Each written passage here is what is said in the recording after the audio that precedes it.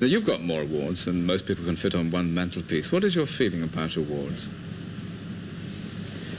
I don't really know. It seems to me, I mean, I suppose you're talking about Oscar awards. Well, and practically every other thing I read that you seem to have picked up.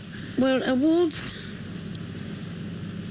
are always, I mean, they're nice to have, and they're very rewarding to have when you realise you've been awarded them by people who are in your own profession.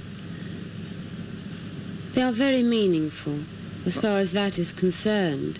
When people ask you, what will it mean to you now you've got this award, it's difficult to say what it means. It just means that you want to go on and hope you can live up to it, really. At the 1969 Academy Awards, Maggie Smith won the Best Actress Oscar for her performance as an eccentric, mesmerizing but ultimately dangerous schoolteacher in the prime of Miss Jean Brodie, over her co-nominees Geneviève Bujold in Anne of the Thousand Days, Jane Fonda in They Shoot Horses Don't They, Liza Minnelli in The Sterile Cuckoo, and Jean Simmons in The Happy Ending. Given Maggie Smith's long and distinguished career, her immense talent and the popularity of her characters, it's hardly surprising that she became an Academy Award winner, even a two-time winner. But her Oscar triumph in 1970 was nonetheless far from a sure thing. It wasn't a predictable tribute to a respected performer, nor was she an overwhelming frontrunner throughout the award season. On the contrary, her victory was widely regarded as one of the biggest upsets in Oscar history, one that pretty much came out of nowhere and caught all observers by surprise. So in this video, I want to explain the details of Maggie Smith's Oscar story, how she achieved first recognition on the London stage, how her performance in the prime of Miss Jean Brodie was reviewed at the time, and how she, against all odds, ended up with the Oscar for Best Actress. Please note that I talk about all 5 nominated actresses that year in far more detail in my 1969 video series, which I will link below. At the age of 16, Maggie Smith began to study acting at the Oxford Playhouse School of Theatre, where she was immediately recognized for her sharp and instinctive talent for comedy. She consequently became a regular presence in revues and cabaret acts, where she gained a lot of experience but also felt limited, since she was never considered for more serious material and straight dramatic plays. You in fact made your name really as a review artist, didn't you, Yes, Maggie? I started it. Yeah, did you enjoy doing review? Well, it's a mixture, really. I didn't really want to do it. It was just one of those things that happened. It was really, really extraordinary because you had to do so many things so fast. I got into it really by accident because I was at Oxford. Yes, always. I was always in review and cabaret. I don't know why. Maggie's natural comedic talent soon brought her opportunities in revues on the London stage and on Broadway, where she appeared in New Faces of 1956. Still, she did not establish herself as a serious performer until she spent one season at the Old Vic Theatre in London, where she played in Shakespeare and Restoration comedies. Her appearances in what was considered more legitimate material brought Maggie first respect as a serious performer, and she was now seen as a very distinctive talent who could not only do cabaret, but could also handle classic comedic roles in more traditional material. It's not by design at all. I quite honestly, I just go where if there's work, I do it. And if there isn't work, I don't do it. It's as simple as that. And I have never worked by design or with any plan in mind at all. It's just these things come up and I kind of go ahead and do them. This discovery of Maggie's wider talents then led to her first career peak in 1963. First, she was cast in the all-star production The VIPs in the US, for which she received very positive notes, even if it did not lead to a sudden movie career, as Maggie had no interest in movie stardom and always preferred the stage to the screen. I think I'm always more at ease in the theatre. I think it's because there is a distance between you and the audience, and it's easier to create some kind of illusion, I think. I think it's because you can't do anything about it. I mean, in the theatre at least you can say, oh, I'll have another go tomorrow night, but it's forever. I mean, there's a horrible truth about the camera, doesn't lie, and indeed it doesn't really. But I find it intimidating. Some people love it. Some people love working with a camera. You always think, why on earth did I do it like that? And there's no going back. That same year, she was also hired by Laurence Olivier for the first season of the newly founded National Theatre, where she began to appear in more serious roles, including Desdemona in Othello. These critically acclaimed performances finally established her as one of the best theatre actresses in the country, as she had shown that she could handle complex drama just as well as comedy and was suited to all kinds of roles. She also appeared in the movie version of Othello, which brought her an Oscar nomination for Best Supporting Actress, and after her marriage to fellow actor Robert Stevens and the birth of their first child, she began to focus more on TV and movie work for a while, appearing in The Honey Pot and Hot Millions, movies that were not big hits, but turned her into a favorite among US critics. Somebody constantly seen as, quote, almost a star. Somebody who should be much more well known and was deserving of the kind of star vehicle that would display all her talents. Well, they didn't need to wait for long, as in 1969 she was cast in the lead of The Prime of Miss Jean Brodie, based on the popular novel by Muriel Spark and its subsequent stage versions in London with Vanessa Redgrave and New York with Zoe Caldwell. The movie premiered in London and New York in February 1969 to glowing reviews, with most attention naturally on the central performance by Maggie Smith, as all critics agreed that this was the showcase everyone had been waiting for. Reviews universally celebrated her, hailing her as perfection, glorious, hilarious yet pathetic, unique and outstanding, and called her performance a tour de force that established her as one of the greatest actresses of the English language. Critic Rex Reed called it one of the most magnificent screen performances in the history of the medium. Words would never do justice to her work. However, despite all this overwhelming praise for Maggie Smith, there was actually very little talk among American critics about a possible Oscar win or even a nomination. Because, as just mentioned, The Prime of Miss Jean Brodie had premiered in February 1969. Probably the worst time for awards consideration. Too late for the 1968 award season and too early for 1969. Just for comparison, Anne of the Thousand Days had not even started shooting yet by this point. One review of Jean Brodie specifically lamented that the movie had not opened 2 months earlier, because then Maggie would easily have won Best Actress 1968. As the announcement of the nominations for 1969 approached, she was therefore not included in most predictions, which mainly focused on 3 actresses who were regarded as the undeniable favorites. Jane Fonda as a depressed contender in a 1930s dance marathon in They Shoot Horses, Don't They?, Liza Minnelli as an eccentric but lonely girl in The Sterile Cuckoo, and Geneviève Bujold as the ill-fated Anne Boleyn in Anne of the Thousand Days. In contrast, the remaining 2 spots were far less certain, though it was agreed that they would be filled by actresses from this group.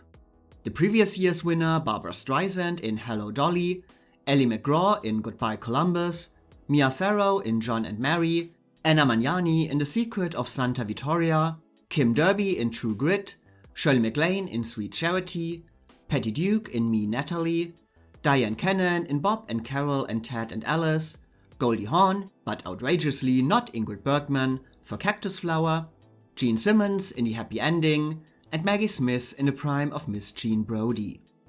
Of course, Diane Cannon and Goldie Hawn were ultimately nominated in the supporting category, with Jean Simmons and Maggie Smith claiming the 2 remaining Best Actress slots, alongside the expected Jane Fonda, Liza Minnelli and Geneviève Bujold. A small bit of funny trivia here: Joyce Redman, who had originated the role of Anne Boleyn in Anne of the Thousand Days on Broadway, had lost the Tony Award to Martita Hunt for The Mad Woman of Shiloh. This play was also turned into a movie in 1969 with Katharine Hepburn, but she was nowhere to be seen around Oscar time. Following the announcement of the nominations, the press maintained its earlier stance, noting that there wasn't a single frontrunner, but that the race was ultimately between 3 contenders: Jane Fonda, Liza Minnelli and Geneviève Bujold. The other 2 nominees were largely dismissed as outsiders, with little chance of winning. So to analyze why Maggie Smith was eventually able to pull off the surprising Oscar win, let's take a closer look at the specific circumstances of this race, the strengths and weaknesses of each nominee, and how their personal stories shaped the perception of this category. First, let's look at Jean Simmons, the other nominee besides Maggie Smith considered pretty much out of the running. And I guess that assumption is more or less correct, but not because of the quality of Jean's performance. In The Happy Ending, she played a lonely and depressed alcoholic housewife who secretly escapes to the Bahamas to discover herself and the meaning of her life. The role was written specifically for Jean Simmons by her husband Richard Brooks, who also directed the film, hoping it might help her to confront her own struggles with alcoholism and depression. Due to this personal connection, it was obviously a very difficult role for Jean Simmons, one very close to her real life, many lines of dialogue taken from actual conversations between herself and her husband, but she also considered it the greatest challenge of her career so far. And critics were unanimous in their assessment that she had more than fulfilled the demands of the part, calling it one of the most moving performances of the year, marked by shattering intensity. And all of these glowing reviews came at the perfect moment for Jean Simmons, as The Happy Ending was released at the end of 1969 in New York and Los Angeles, specifically for Oscar consideration, a timing that undoubtedly helped her secure one of the 2 open spots in the Best Actress lineup. So given these circumstances, why was her Oscar win so unlikely? After all, she had not only critical acclaim, but also occupied a very distinct position within the group of nominees.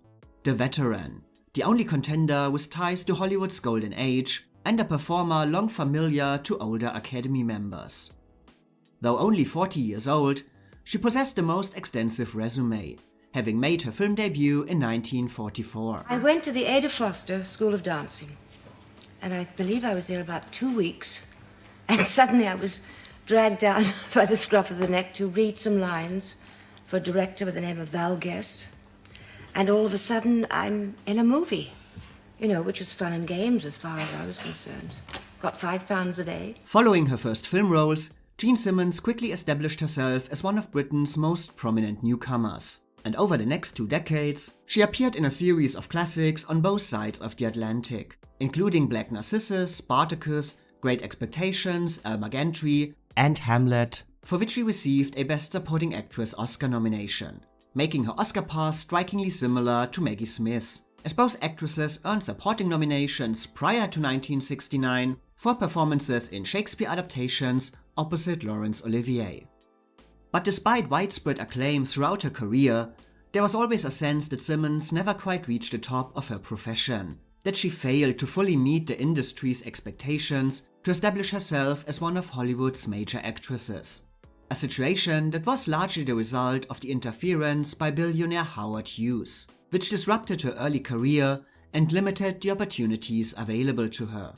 Hughes had fallen in love, or rather become obsessed with Simmons in the early 1950s, when she accompanied her husband, actor Stuart Granger, to the US.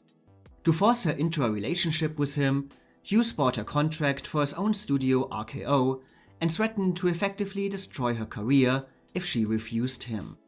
Simmons successfully resisted and won her freedom in court in 1952, but the ordeal derailed her momentum as an actress at a crucial moment, as Hughes had, for example, also denied her the opportunity to star in Paramount's Roman Holiday. Jean's career maybe endured after her time at RKO, but she was never able to secure a place among the top-tier female stars of her era, such as Elizabeth Taylor, Grace Kelly, or Audrey Hepburn. Her work then slowed down during the 1960s, partly due to her focus on her private life, and partly because the offers for major roles decreased.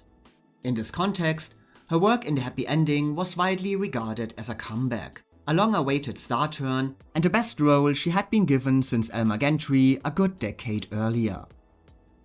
All of this gave Jean Simmons a very distinct narrative within this lineup. The long-overdue veteran from Hollywood's golden age, finally earning her first nomination in this category for a widely acclaimed performance, a beloved star whose career had been severely constrained by the actions of a single man. So again, why was she not considered a stronger contender for the win? Well, for one, there was the question of how far sentiment would really carry her. Many felt that 2 Oscar nominations were an appropriate reflection of her career and that her nomination this year was itself reward enough. There was no agreement on a single, glaring oversight in her past that voters could rally around, and consequently no feeling that a win for the happy ending might serve as a correction for an earlier injustice. I personally think she was 100% snubbed for Elmer Gantry, but in 1969 it was not seen as the kind of snub that could generate meaningful momentum. And while Yu's destructive influence on her career loomed large in hindsight, it's doubtful that many voters at the time were even aware of the extent of his impact. The greatest obstacle, however, was the happy ending itself. Though critics praised Simmons' performance, the film was one of the most derided releases of the year, dismissed as pretentious, shallow, and even downright disgusting. It was seen as a failed attempt to comment on contemporary issues with a contemporary style that alienated both older voters, who likely found it baffling or off-putting, and younger ones who probably regarded it as forced and unconvincing. And beyond the film's poor reception, Simmons' own career trajectory worked against her. At 40, she was viewed by many as, forgive me this expression, past her prime, and after a 2-year absence from the screen, an Oscar seemed unlikely to alter her further career. In the end, her nomination was regarded less as a start of a new chapter and more as a gesture of respect for an actress who had often given remarkable performances in films that failed to match her talent. But few believed that this recognition would translate into a win, especially with 3 formidable frontrunners dominating the race and receiving far greater attention. So let's talk about these 3 frontrunners now. What gave them the status as favorites, and what unique advantages did each of them bring to the race? Let's begin with Liza Minnelli. As the daughter of Oscar-winning director Vincent Minnelli and legendary entertainer Judy Garland, Liza pretty much had show business in her blood, and she was already interested in dancing and performing as a young child. When I was little, my parents both worked at MGM, right? And I would go there to visit them after school. And it was really boring watching like movies being done because it's tedious. They do close-ups and then they do over the shoulders. And so watching any of the acting was dull. But I found my way into the rehearsal halls. So I could watch Gene Kelly and I could watch, and it was this high, you know, I could watch Sid Charisse and I could watch these people moving. And that attracted me, the movement and the energy and the music. And it looked so joyful. And they looked like they were having such a good time. At 16, Liza moved to New York, appearing in off-Broadway and touring productions while steadily building a reputation as a gifted singer and dancer. At the age of 19, she became the youngest ever winner of the Tony Award for Best Actress in a Musical, and soon was hailed as one of the most exciting new entertainers of her generation, critics in France calling her the American Piaf. Yet despite the acclaim, Liza could never entirely escape the shadow of her legendary mother, as her career in singing and dancing made comparisons inevitable. Are you related to anyone in show business? Kind of. Mr. Sir? Would your mother be one of the greatest singers in the history of the country?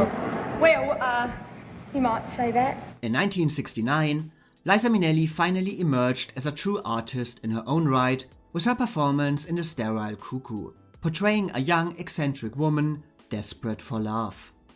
Though she had previously played a supporting role in the British film Charlie Bubbles, The Sterile Cuckoo marked her true introduction to wider movie audiences, and critics were absolutely captivated, praising her as perfect, touching and heartbreaking, many calling it the best performance of the year. Reviews also quickly predicted an Oscar nomination and perhaps even a win, describing it as precisely the kind of role that wins awards. For Liza, it was a genuine breakthrough that established her as a true triple threat. She had already proven herself as a singer and dancer, and now she had demonstrated her talents as a top-tier dramatic actress. Judy Garland might always be remembered as the greater singer, but from now on, many regarded Liza Minnelli as the superior actress. Following the filming of The Sterile Cuckoo, Liza also starred in Tell Me That You Love Me, Junie Moon, portraying a young woman whose face had been scarred in an acid attack. Although the film was not released prior to the Oscars, director Otto Preminger publicly complimented her performance during the shooting, signaling that the Sterile Cuckoo was no fluke and that Liza had a genuine movie career ahead of her. All of this shows that there was a compelling narrative surrounding Liza Minnelli. The young actress, who not only revealed new dimensions of her talents, but also fully came into her own as a performer.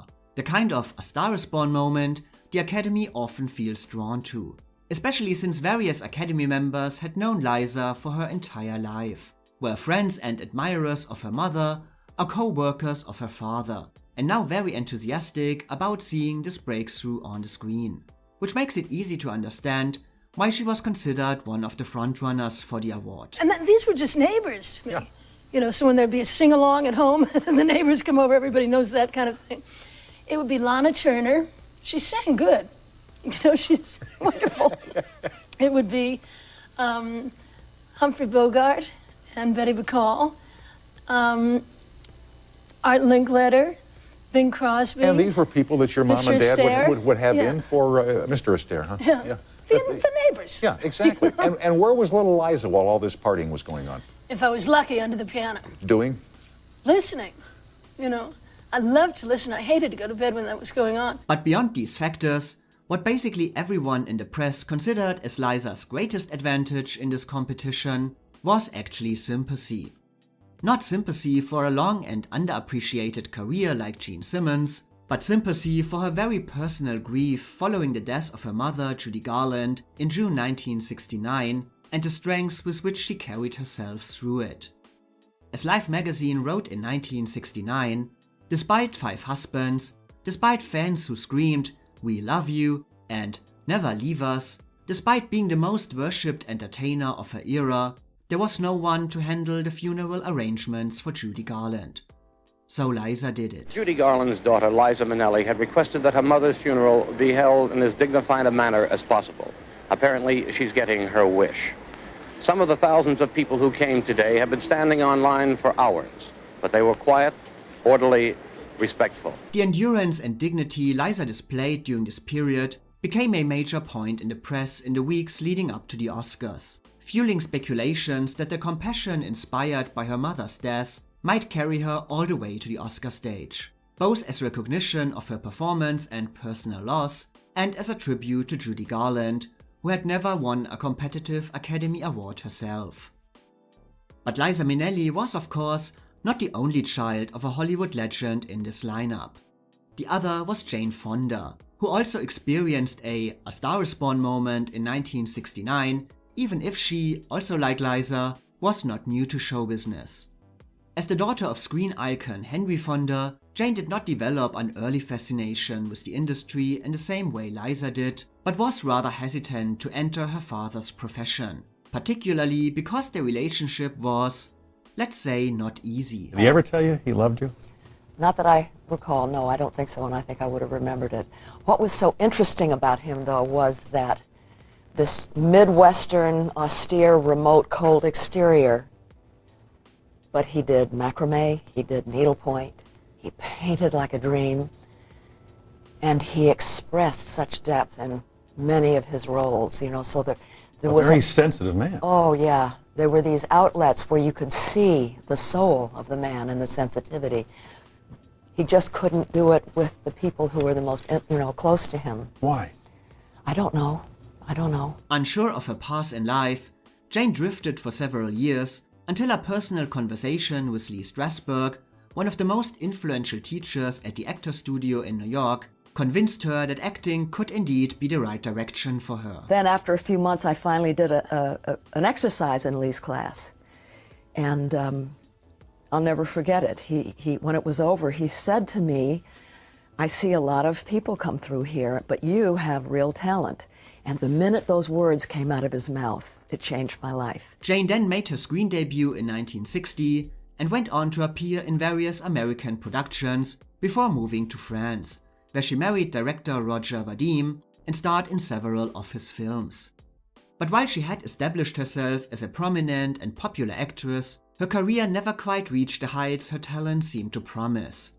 Critics and audiences alike often agreed that she possessed a rare screen presence, an emotional depth and complexity that made her one of the most intriguing young performers of her generation, but she still struggled to find roles that fully showcase these gifts.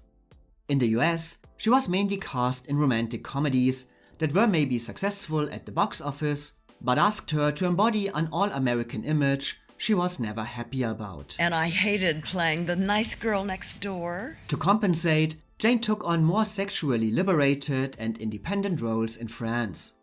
But these films were generally met with critical disapproval and also did not improve her standing as a performer. Especially Barbarella seemed to signal that her career might never take a more substantial dramatic path. However, the role that would permanently redefine her image as an actress and elevate her career to an entirely new level was just around the corner. In They Shoot Horses, Don't They?, Jane Fonda stunned critics and audiences with her portrayal of a desperate, suicidal contestant in a 1930s dance marathon. Much like Liza Minnelli, nearly all reviews immediately predicted an Oscar nomination for her performance, which was widely described as both excellent and heroic, especially for an actress whose early fame was built as much on her looks as her talent, and who had modeled for outlets like Life and Vogue. Jane's raw, unvarnished portrayal of a broken woman was seen as a radical departure, and her willingness to deglam made the performance all the more shocking to critics at the time, many feeling that Academy members would react very positively to this change of image. Variety stating that Jane delivered a dramatic performance that turns her own previous career as a sex symbol upside down. Pauline Kael was probably the biggest supporter of Jane Fonda, calling Gloria the most powerful role an American actress had played on screen that year, and predicting that Jane would become the defining American actress of the 1970s, dominating the screen much as Bette Davis had in the 1930s. So there was also a very appealing narrative, an actress with undeniable talent, but without the right vehicle to showcase it, mostly known for lighter material, finally revealing a staggering depth of skill, and hiding her beauty for the sake of her art. And again, like Liza Minnelli, the role allowed Jane Fonda to step out of the domineering shadow of her father, establishing herself as a highly acclaimed performer in her own right, no longer referred to simply as Henry Fonda's daughter. Have you got a father named Henry Fonda? Yes. Then you're Jane. Well, Miss Jane, it will come as no surprise to you that great numbers of us think very highly of your dad. I must say we share his pride that you're coming in his footsteps in trace and making a great name for yourself as an actress. The third frontrunner, Geneviève Bujold, did not come from a Hollywood background, but she was another rising star in 1969, widely predicted to have a bright future on the screen. Born into a working-class family in Montreal, she began her acting career on stage, television and films in Canada and France, quickly earning attention at home while remaining virtually unknown in Hollywood. But she suddenly became an overnight success in the US when producer Hal Wallace cast her as the female lead in his prestigious adaptation of the Broadway play Anne of the Thousand Days, which dramatized the tumultuous relationship between King Henry VIII and Anne Boleyn. Finding the right actress for the female lead had been a long and difficult search for Hal Wallace. Elizabeth Taylor had initially expressed interest, especially after her husband Richard Burton was cast as Henry, but the box office appeal of the couple had faded since their prime days, and Wallace also considered Taylor too old and, quite frankly, not attractive enough anymore. But most importantly for him, Taylor would not work in the movie because she embodied old Hollywood, and Wallace wanted to cast this role with new Hollywood. Although Anne of the Thousand Days might seem like a traditional costume drama, he considered it as contemporary in its messages as Easy Rider or In the Heat of the Night, a 500-year-old royal marriage that served as a psychological commentary on the evolving dynamics of modern relationships and presented Anne as an independent and modern presence with feminist qualities that would speak to contemporary audiences.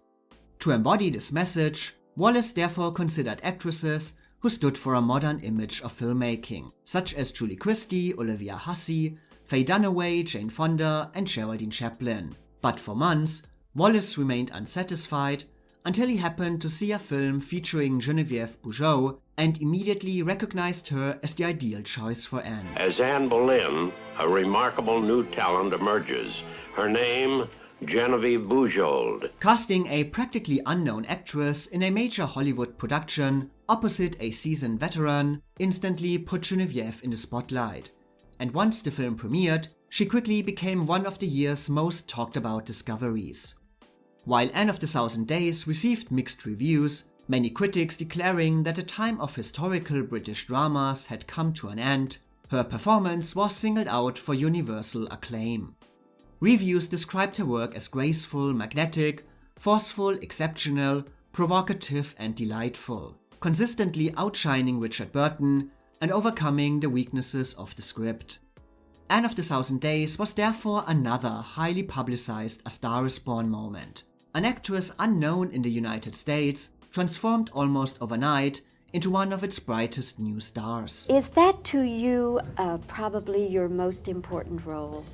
No, it was an important one, not just as a role, but as for me as a person, suddenly to find myself in that predicament of suddenly having made a Hollywood film and being sitting at Academy Awards night. Like Liza Minnelli and Jane Fonda, Geneviève Bujold was embraced as a part of a new generation of movie performers. But the type of film and role she played also created a bridge to old Hollywood, familiar and comfortable, new and exciting, making it easy for Academy members of all generations to embrace her.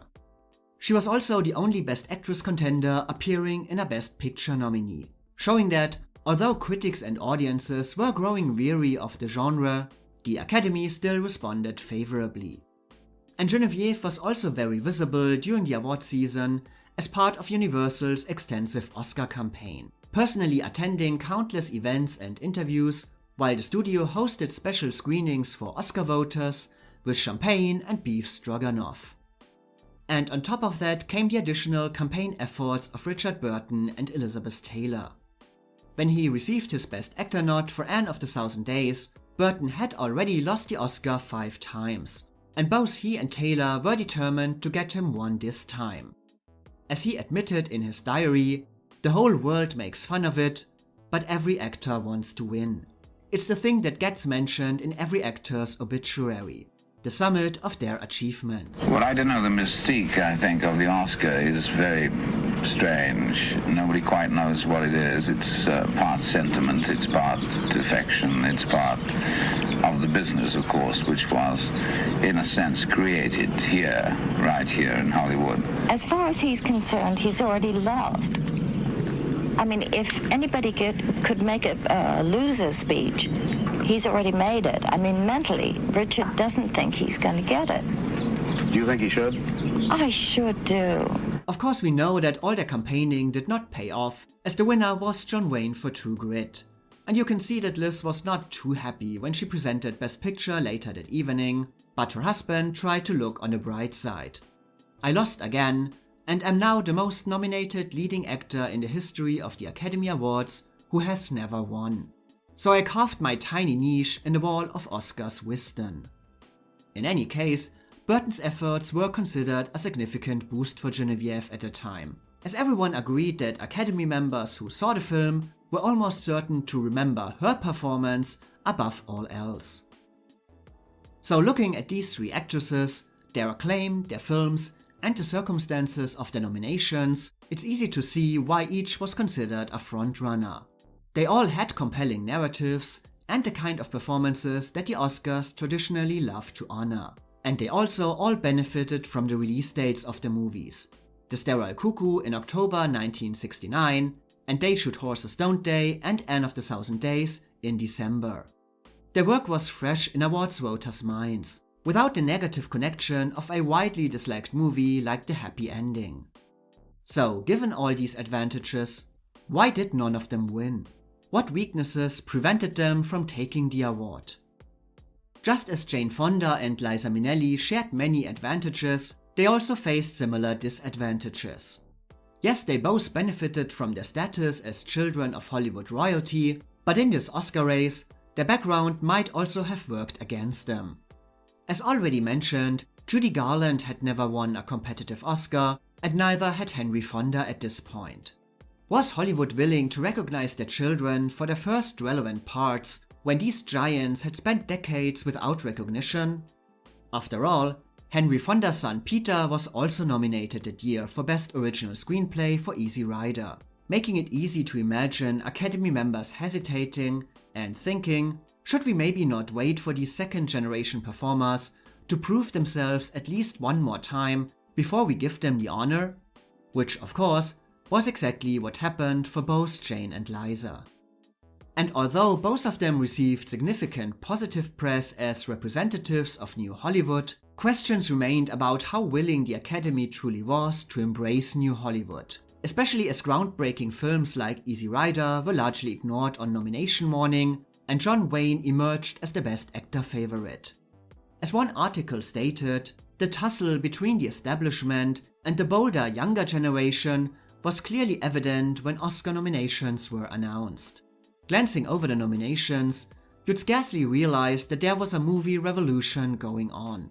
Youth appeal was the thing, not with the Academy voters. The old hands were still up in charge. Well, Anne of the Thousand Days, I think, probably will win. Do you? I didn't see it. I think that will probably win because Hollywood still thinks I wouldn't vote for it, but I think that Midnight Cowboy should win.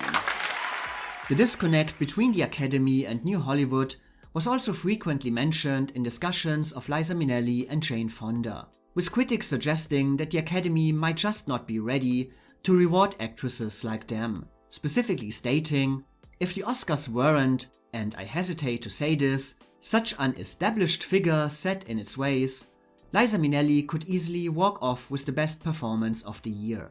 She should win, but probably won't, because Oscar is archaic and Liza is contemporary.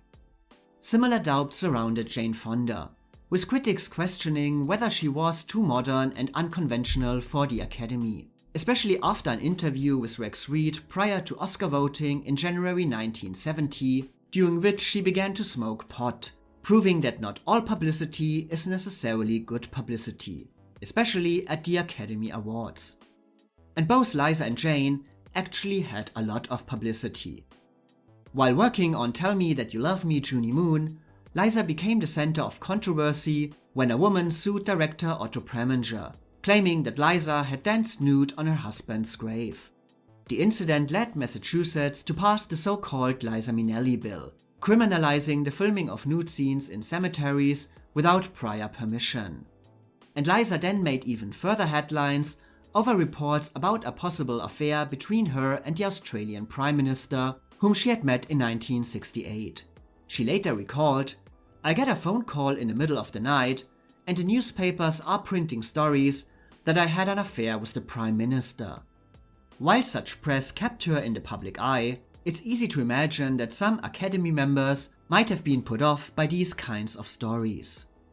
On the other hand, Liza gained a lot of sympathy just a week before the Oscars when she suffered a serious motorcycle accident on Sunset Boulevard, leaving her unconscious for over an hour and resulting in a fractured shoulder, a broken front tooth, kidney damage, and 29 stitches to her face, but Oscar voting had already closed at this point, so any goodwill from the public or voters came too late to influence the outcome.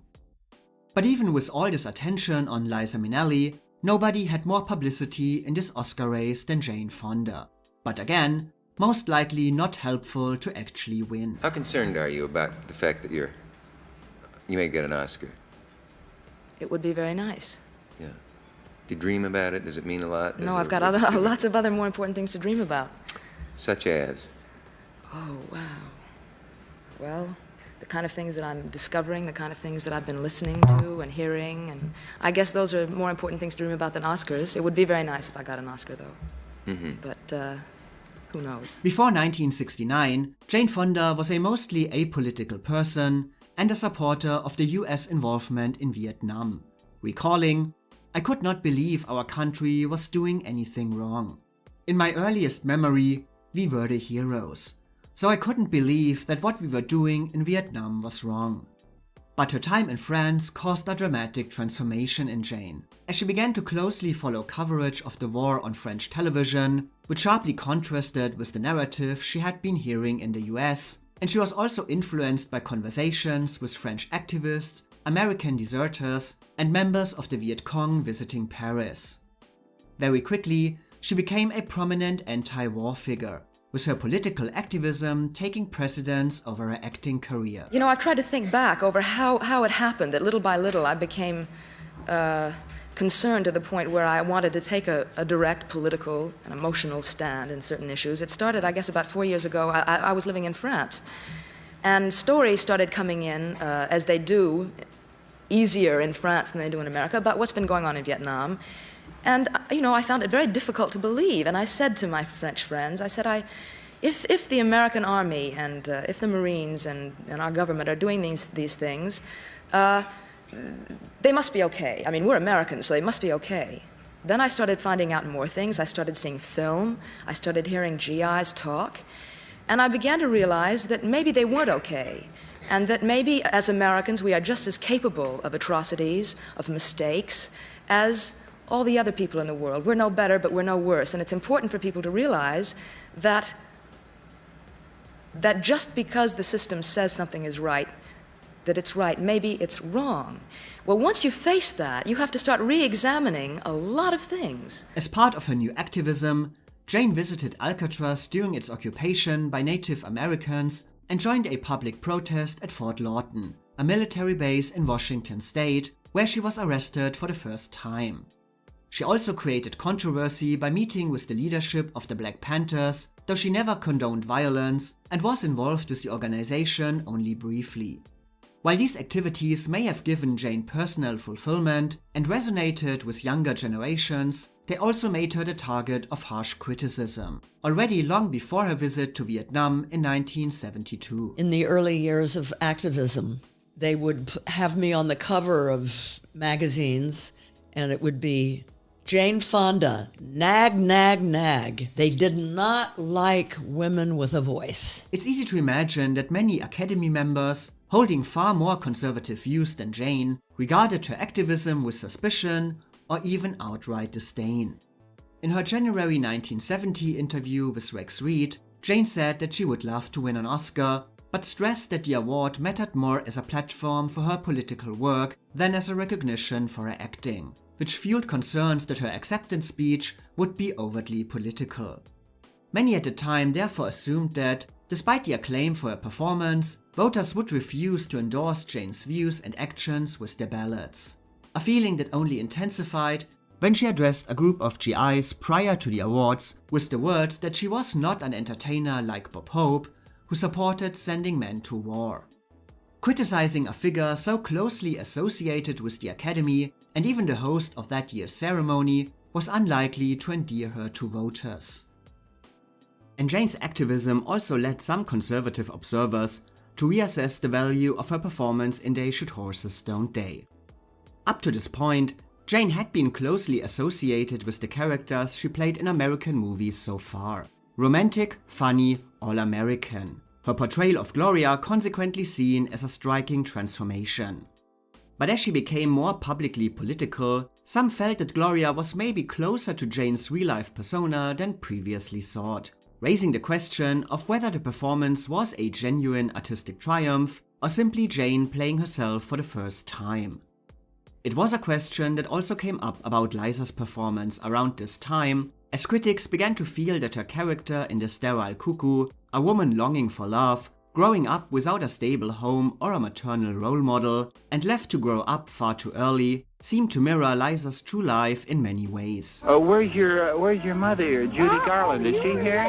No. Where's Judy today? Liza even addressed these accusations that she was simply playing herself by commenting on her celebrated telephone scene, when the emotional desperation of Pookie is completely exposed.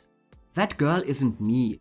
My ability played this scene. Great artists like yourself who have had enormous ups and downs and tragedies in their life, and yet they seem to feel, though, that it makes them even a better performer.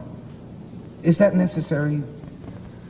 I think so. I think that you have to know all about all sorts of emotions in order to portray them properly. Unlike Jane Fonda and Liza Minnelli, Geneviève Bujold was known pretty much exclusively for Anne of the Thousand Days in 1969 and 1970 and did not generate any controversies in the press. However, she also gained more visibility during award season, where she made it clear that she was not the type of wide-eyed, grateful newcomer Hollywood typically favored.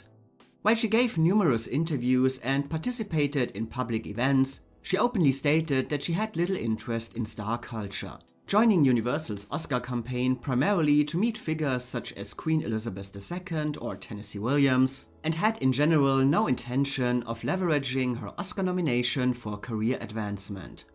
And on top of that, Geneviève also kept her distance from the awards race itself, remarking, "I'm not ready for an Oscar. It would be wrong of the Academy to award me one. I need to work harder, to get to the top gradually. It would be like sending the smartest boy in the 8th grade straight into college." While such statements were certainly not as controversial as, for example, Jane Fonda accusing the US government of lying to its citizens, they also did not do Geneviève any favors. Even Richard Burton wrote in his diary that Geneviève could easily win the Oscar if she keeps her trap shut about how horrible a place Hollywood is. However, Geneviève's biggest disadvantage was pretty much the movie she acted in. Yes, Anne of the Thousand Days did receive 10 Oscar nominations, including Best Picture, but it was also ignored in Best Director, suggesting that it stood on shaky ground, and there was the question how well it would do when the awards were handed out. Most observers agreeing that Genevieve's fate in this race was pretty much tied to her movie. If it did well, she could easily win too, but if it was ignored, she would most likely be overlooked as well. Additionally, Genevieve's role might also have been working against her, because just like her movie seemed outdated by now, so did the part of an English queen, especially since Katharine Hepburn had just won the year before for The Lion in Winter. So we now have a clear picture of the three frontrunners, critically acclaimed actresses, each with their own A Star Is Born moment, poised to become leading players of the next decade. Two stepped out of the shadows of famous parents to earn praise for unexpected dramatic work, while one seemingly appeared out of nowhere to steal a prestigious movie from a seasoned veteran. Jane Fonda winning the New York Film Critics Award, Liza Minnelli Italy's David Di Donatello Award, and Geneviève Bujold the Golden Globe for Best Actress in a Drama. But all three were also vulnerable. Might it be due to overexposure in the press, doubts from the members of old Hollywood, the datedness of the movie, or their political activism? Which all led to a Best Actress race without a clear frontrunner, and predictions were divided among the three. Even Richard Burton weighed in on the outcome that year in his diaries, correctly predicting Goldie Hawn for Best Supporting Actress, and commenting that Best Actress will probably be Liza Minnelli because her mother died last year. That's what makes it so absurd, and still it's coveted, even by me. The Best Actress award this year is going to really be hard to determine. I think it will probably be split between Jane Fonda and Liza Minnelli. But I think that the greatest performance by an actress of the year was really Maggie Smith in the prime of Miss Jean Brodie. And I certainly think she deserves it, but as you can see from the scattered applause, half the people here have probably not even seen that movie and are not aware of Maggie Smith. So now it's time to examine the winner of this race and ask, with all the attention on her co-nominees and the hype surrounding their performances and narratives, how did the Oscar ultimately go to Maggie Smith? And the funny thing is, after having talked so much about the strengths and weaknesses of Liza, Jane and Geneviève, there is actually far less that can be said about Maggie Smith. In her case, there are only a few things that can be discussed, but they were able to achieve a far bigger impact in the end. As already mentioned, Maggie's biggest disadvantage was the fact that the prime of Miss Jean Brodie had opened more than 1 year prior to the Oscars, as it was assumed that voters would quite simply forget about her by 1970. Sheila Graham later recalled that she initially predicted a win for Maggie, but after the movies of her co-nominees opened, she thought that all attention had shifted and ultimately predicted Geneviève Bujold. Which raises an important question. given that her movie had opened so early and was by no means an awards juggernaut, but rather the kind of small film that gets easily overlooked. How did Oscar voters remember Maggie when the nominations were determined? Well, you can say Maggie benefited from a stroke of luck and good timing. While her performance in the prime of Miss Jean Brodie had earned strong acclaim, it's likely she might have been overlooked at the Oscars if she had not opened in a US tour production of The Beau Stratagem and The Three Sisters with London's National Theatre on January 20, 1970 at the Amundsen Theatre in Los Angeles. Her performances were met with loud critical raves, and the Hollywood community was, quite simply, enchanted by her. Billy Wilder even threw a party in her honor. The timing of her appearances was quite simply perfect for putting her role as Jean Brodie back on the minds of Oscar voters. I don't know the exact time period when Academy members voted for the nominations, but their announcement was in the middle of February, so it seems reasonable to assume that voting was still going on when Maggie opened in Los Angeles. Due to the early release of the prime of Miss Jean Brodie, getting the nomination was actually the most difficult part in this Oscar race for Maggie. But once she had secured her place in the final lineup, it seems that her actual win can be explained much easier. First of all, the enthusiasm for her stage work did not die down after the nominations were announced, but continued to make Maggie a very celebrated performer in Los Angeles during the height of Oscar season. Even she herself later acknowledged that she believed her win was largely due to the impact of her stage appearances. You spent 6 weeks recently in Los Angeles with the National Theatre. Do you think that helped you making that contact with American audiences to win the Oscar for Miss Jean Brodie? I think it probably did have a lot to do with it, because the theatre itself got coverage, you know, in the newspapers there. And I think on the whole people sort of really don't know who I am. I just think it sort of jogged their memory in some way. But one of the most important factors in Maggie Smith's Oscar victory is that, unlike her 4 co-nominees, she faced virtually no disadvantages. Sure, you can argue that the prime of Miss Jean Brodie was a small British film that did not make a major impact on Oscar voters, but this seems far less significant when you compare it to the films of her competitors. As noted, Anne of the Thousand Days was a very shaky contender, missing Best Director and feeling outdated when compared to other movies from the time, while They Shoot Horses Don't They garnered 9 nominations overall but missed Best Picture, suggesting that its dark and depressive tone was not appealing to all Academy members. On the other side were the 3 smaller films, The Happy Ending, The Prime of Miss Jean Brodie and The Sterile Cuckoo, which interestingly all received the same 2 nominations, Best Actress and Best Song. And of these 3, the prime of Miss Jean Brodie was by far the most critically acclaimed, some reviewers comparing it to Kill a Mockingbird or High Noon, and predicting it would become a classic in its own time. It's therefore easy to imagine that, had it opened closer to Oscar time, the film might have received more nominations. Beyond this, you could say that Maggie might have suffered from a lack of name recognition in the US, especially compared to Jane Fonda and Liza Minnelli, but while audiences were maybe not familiar with her yet, she was already highly admired by industry insiders as an accomplished and praised stage performer, a previous Oscar nominee, somebody who had long been anticipated to make a major impact with the right vehicle. And even if she was not a household name, her nomination came at a time when the Academy was particularly receptive to British talent, having recently honored performers such as Julie Andrews, Julie Christie, Rex Harrison, Paul Scofield, and giving an Oscar to Glenda Jackson just 1 year later. And this blend of relative unfamiliarity and established credibility gave Maggie Smith perhaps the most appealing and easy to like A Star is Born narrative in this lineup. Oscar voters could see her as an upcoming talent, only 3 years older than Jane Fonda, yet also somebody whose skill had already made a clear impact, leaving no doubt that the prime of Miss Jean Brodie was more than a lucky breakthrough. Unlike Geneviève, Liza or Jane, her performance was neither a sudden reinvention of her previous career, nor a first introduction to her screen persona, but rather a confirmation of her abilities and a well-deserved career peak.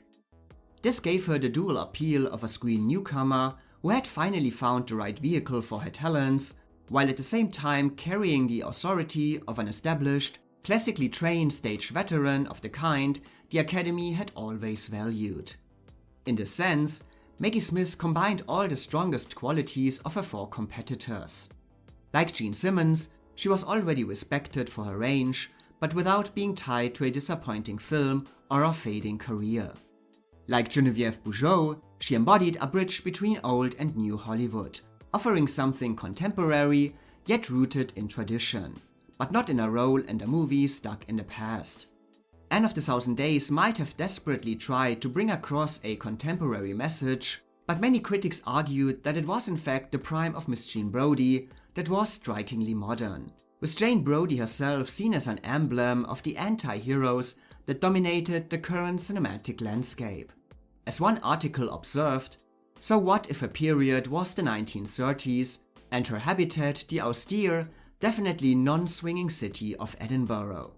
In her dedicated individuality, she is as 1969 as the latest campus demonstration.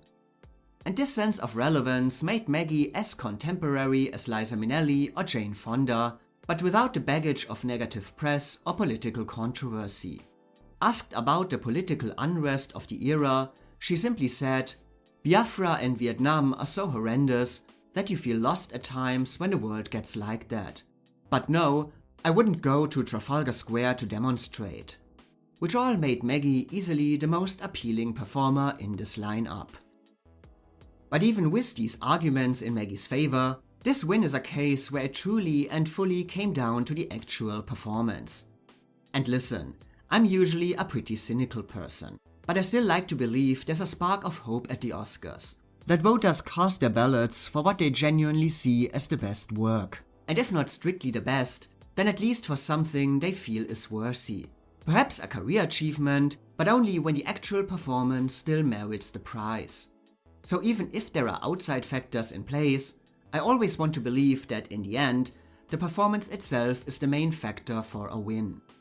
Well, there are certainly many cases where this is up for debate, but in Maggie's case, that's pretty much what happened. We can discuss all the pros and cons for her and her co-nominees, but the simple truth is that, in a year without a clear frontrunner, she was maybe the quiet nominee, less discussed in the press, and without an obvious arc or narrative, without sympathy or campaigning behind her. But once she secured the nomination, she stood out as the actress with the most acclaimed female performance of the year. The kind of domineering showcase destined to make an impression on Oscar voters, applauded and praised by everyone who had seen it. Her turn as Jean Brodie not only earned her the BAFTA a month before the Oscars, so most likely during the voting period, but was also hailed as one of the great screen performances and characters ever, with some critics even likening Jean Brodie to Blanche Dubois, as one of those rare characters almost destined to win awards when portrayed with the needed brilliance. When people congratulated you, said, "Oh, it was a foolproof part." Well, that's true. There are no part is I know. actor-proof. I believe it is. I believe that one is. In the end, I don't think Maggie's win was an overwhelming landslide. More likely, it was a very tight race among the top 4 contenders, perhaps even all 5, if Jean Simmons managed to make a bigger impression than expected, and honestly, had I been around at the time, I probably would have predicted Geneviève Bujold as the winner, because at a first look, her combination of advantages and disadvantages appears to be the most favorable, and she feels like a natural choice for Academy members, especially if they were hesitant to award Liza Minnelli or Jane Fonda. So what comes to your mind when I say Maggie Smith? Love is the first thing that came to my mind. Love her. She beat me for an Oscar once, though. I still love her. But I hope I could explain why Maggie's victory can be seen as both logical and a big surprise at the same time in 1970, regarded as the most unexpected Best Actress win since Loretta Young for The Farmer's Daughter. However, it was not a Marissa Tomei-like kind of upset that came with its own conspiracy theory or sent a shockwave through the industry. Okay, there were some supporters of Jane Fonda who felt that she had been robbed due to her politics. Jane Fonda credits you with getting her out of her sex kitten image that she had gotten typed into at that point. Yeah, Barbarella was just prior to, you know, she was films like that. They Shoot Horses Don't Think was the first really serious film that she made, and I think had the country not been as adamant politically as it was, or had her political stance not been what it was, she would have won the Academy Award that year. She was nominated, and she was just terribly unpopular. But Maggie's win was overall extremely popular. She had maybe not been predicted to win, but many columnists had her as their should-win choice. The kind of performance that would easily triumph if Oscar voters actually awarded the best work. One newspaper stating that Maggie's win made it hard for cynics to trash the Oscars, as the choice was not made by sentiment or other reasons, but only by who was the best. Academy President Gregory Peck later remarked about the win, "Now you can see it's not rigged." The name was Maggie Smith in the prime of the Maggie was of course not present to accept her Oscar, as she opened in London in the Beau Stratagem the day after the event, and Laurence Olivier did not permit her to miss her performance. However, she wasn't upset about not attending the ceremony, often describing the Academy Awards as overwhelming and intimidating. It is the most terrifying experience ever. Why? I don't know. I think it's probably because it's the one award in the world that people really do not know. They just do not know. And there is something so naked and unkind. The cameras go in on all the people who are likely to get it, and the hope and in their faces, and when it goes, you know, you just... Maggie received the news of her win from her American agent at 6 a.m. and was celebrated that evening by her colleagues from the National Theatre. She herself said about it all, "One doesn't think about this Oscar award too much. Truthfully, it doesn't sort of bug one here. Although when you are in California, you realize the frenzy behind it. My major reaction was one of absolute astonishment. I didn't think there was a chance of winning it, but it was thrilling." You weren't able to collect it yourself, were you? No, because I was opening here in a play. Yes. Have you been in America when the awards are handed out? What sort of atmosphere is it? Do you know? Well, no, I haven't. We were there in Los Angeles on tour with the National Theatre when the nominations came out. And that was hysterical enough. So I dread to think what happens on the actual occasion. I mean, even seeing the replay of the Academy Award, which we saw on television, one felt nervous then, and we knew the results. Maggie's Oscar was accepted by Alice Ghostley, with whom Maggie had starred in her first production in the US, New Faces of 1956, and she then received it in person from Lorne Bacall when she attended the Tony Awards in New York. What do you do with a statuette? Do we put it on the sideboard at home or something? No, mine is actually holding a door open. Really? And it's very friendly, actually. It's extremely useful for it. Gold? Is it gold? No, it's not gold. It's extremely heavy. And no doubt very useful if intruders come in. Following the Academy Awards, none of the 5 actresses in this category immediately jumped into major Hollywood roles to capitalize on their nominations, but all moved forward according to their own interests and timing. Jane Fonda was more focused on her political activism and initially had no intention of returning to acting, but she was drawn to a script called Clute, which was released in 1971. Liza Minnelli had already finished Tell Me That You Love Me, Junie Moon before the Oscars, and now turned her attention to a role that had eluded her on stage, the free-spirited Sally Bowles in Cabaret, which came out in 1972. In the end, both Jane and Liza fulfilled the expectations that they had created in 1969 and became 2 of the most commanding performers of the 1970s. The career of Geneviève Bujold unfortunately did not follow the predicted path, mainly because she was not interested in it. Following Anne of the Thousand Days, Universal offered her the lead in Mary, Queen of Scots, but she declined, not wanting to play a role so similar to her previous one. Her refusal led to a lawsuit from the studio and effectively resulted in her being blacklisted in Hollywood for the next few years. She later returned with a role in the blockbuster Earthquake, but she was never interested in becoming a box office star and always aimed to balance her private and professional life according to her own ideas. And Jean Simmons mostly focused her attention on TV work moving forward, feeling that the small screen offered better material for actresses her age. And even after winning an Oscar, Maggie's view of movies and stardom remained unchanged. She had a brief role in Oh What a Lovely War the same year she starred in The Prime of Miss Jean Brodie, but she did not return to the big screen until 1972's Travels with My Aunt. She preferred her work on the stage and generally avoided a traditional movie career as a leading actress, preferring smaller, selective film roles instead. As she said, "I don't like big parts, and I'm sure it gets worse the higher up the ladder you go." For Maggie, winning an Oscar did not signal that she had reached the pinnacle of her career or that her development as an actress was complete. She saw acting as a continuous process of growth, and she intended to pursue this journey as long as she could. "I think one should do as many parts as possible. I think you must just do every single thing you can. You can only learn by doing. One just has to go on and on.